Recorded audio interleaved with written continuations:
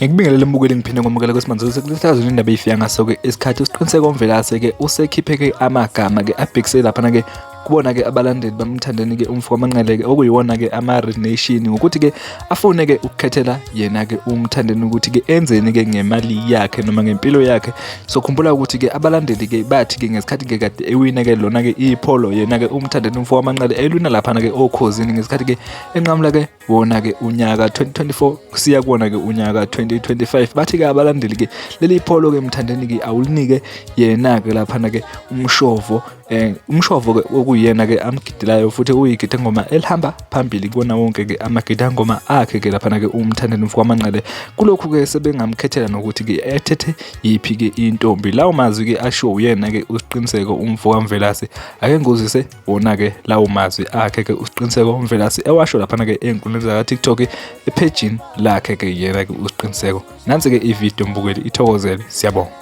Umthandeni seniyamdakelwa-ke manje masenizomkhethela ukuthi enzini ngemali yakhe, seniyamdakelwa-ke. Masenizomkhethela ukuthi ayispende kanjani noma enze kanjani ngayo, seniyamgulela. Lento niyiqale kuyipholo lomkhubo ukuthi nifuna ukukhontrola umthandeni ukuthi enzini. Nagijima nawuthi umthandeni akapha umshovu ipholo, akapha umshovu ipholo, niyamdakelwa nina umthandeni.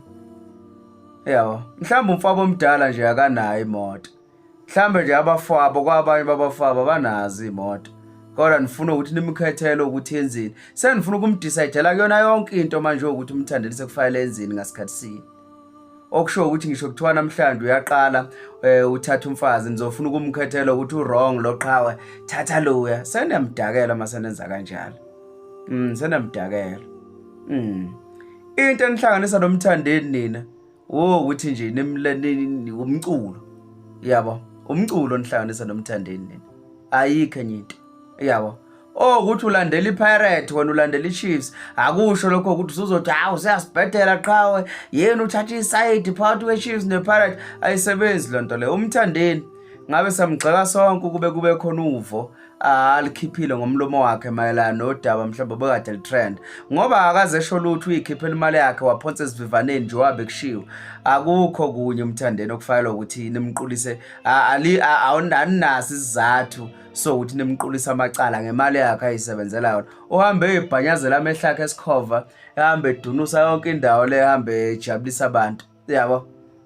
Usuke eseyisebenzela yena. So anikwazi ukumshayela umthetho ngemali yakhe, ningazomdakela umthandeni nina. Fuse kanje. Nina abalandeli bamthandeni niyahlupha njalo ngokuba zithuthe.